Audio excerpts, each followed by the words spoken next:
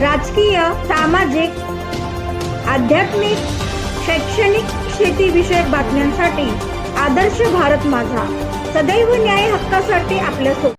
नमस्कार, जय महाराष्ट्र. मी अमर पाटील, कामोठे प्रभाग 12 मधून मी महाराष्ट्र नवनिर्माण सेनेचा उमेदवार आहे. येणाऱ्या महानगरपालिकेसाठी माननीय राजसाहेबांनी व आमच्या प्रभागातील जनतेने, कामोठे जनतेने मला त्यांची सेवा करण्याची एक संधी दिलेली आहे. त्या संधीचा मला पुरेपूर वापर करून त्यांची सेवा करायची आहे. यासाठी मी निवडणुकीत सामोरे चाललो आहे. सर्व राजकीय पक्ष आपल्या परीने मुद्दे घेऊन चालले, जनतेच्या हिताचे, काहींचे विकासाचे मुद्दे. आपलं विजन काय? आपण निवडून आल्यानंतर जनतेसाठी काय करणार? सर, कामोठे शहर आता जर सध्या कामोठे शहराचं वय बघितलं तर साधारण 15 ते 17 वर्ष कामोठे शहराचं वय असेल. पण ह्या 15 ते 17 वर्षामध्ये आजही त्याच सोयींचा अभाव आहे की लोकांना रस्ते नाही आहेत, पाणी नाही आहे, लाईटचा प्रॉब्लेम आहे, त्याच्यानंतर घन कचऱ्याचा प्रॉब्लेम आहे आणि सर्वात मोठा ज्वलंत जो मुद्दा आहे साहेब, प्रॉपर्टी टॅक्सचा. प्रॉपर्टी टॅक्स माननीय आमदार साहेबांनी त्यांच्या जाहीरनाम्यामध्ये आमदारकी जे सांगितलं होतं की आम्ही प्रॉपर्टी टॅक्स रद्द करू, तो झाला नाहीये. त्याच्यावरती जो एक्स्ट्रा शास्ती कर बसवला होता त्यांनी तो माफ केला. पूर्ण कामोठ्याभर त्याची जाहिरात केली की आम्ही शास्ती माफ केला.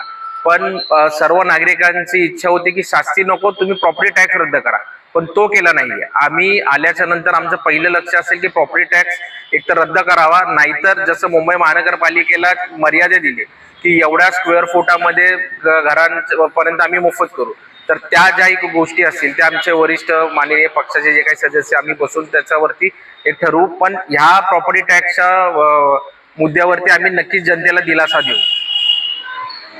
जनतेला आता आपण निवडणूक रिंगणात असल्यामुळे मनसे इंजिन या चिन्हावर आपण निवडणूक लढताय, जनतेला काय आव्हान कराल?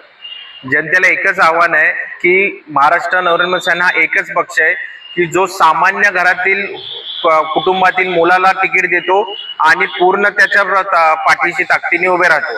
मला जेव्हा माझ्या पक्षाने तिकीट दिलं तेव्हा माझ्या पक्षाने मला सांगितलं नाही की एवढी पेटी दे किंवा तुझ्याकडे एवढे पैसे असेल तर तू निवडणुकीला उभा राहा. माझे वडील BMC मध्ये क्लर्क आहेत. माझ्या पक्षाने मला काहीच नाही विचारलं.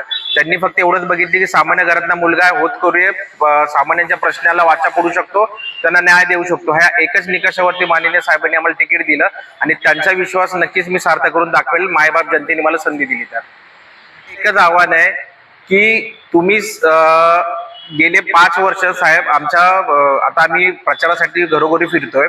लोकांना 5 वर्ष नगरसेवक कोण होतं, नगरसेवकाची नावं माहित नाही. जवळपास 98 ते 99% लोकांना नगरसेवकाची नावं माहित नाही. आम्ही आल्यानंतर एकच करणार की जनतेला सांगेन की म्हणजे जनता समोरून बोलेल की हा नगरसेवक माझ्या घरातला आहे, हा माझ्या कुटुंबातला एक सदस्य आहे. याप्रमाणे आम्ही कामं करेल. ना की जनतेला आता सध्या VIP कल्चर बघतोय आपण. फॉर्च्युनर मधून येणार, परत मग त्यांच्या समोर लाईन लावा, मग त्यांच्या हुजरीगिरी करा, त्यांना साहेब बोला, पण साहेबांच्या मनात असेल तर तो प्रश्न सोडवणार. आम्ही असे काही न करता त्यांच्यातले एक मुलगा, त्यांच्या कुटुंबातील एक सदस्य म्हणून जनतेचे आम्ही प्रश्न सोडवणार. एवढंच सांगेन. जनतेला एकच आव्हान असेल, येणाऱ्या 15 तारखेला आपण सर्वांनी खाली उतरून बूथवरती जाऊन जास्तीत जास्त प्रमाणात मतदान करा. आपली लोकशाही बळकट बनवा आणि प्रभाग 12D मध्ये माझं 2 नंबरचं रेल्वे इंजिन हे निशाण आहे. तर आपण भरघोस मतांनी मला विजयी करा व आपली सेवा करण्याची संधी द्या. जय हिंद, जय महाराष्ट्र.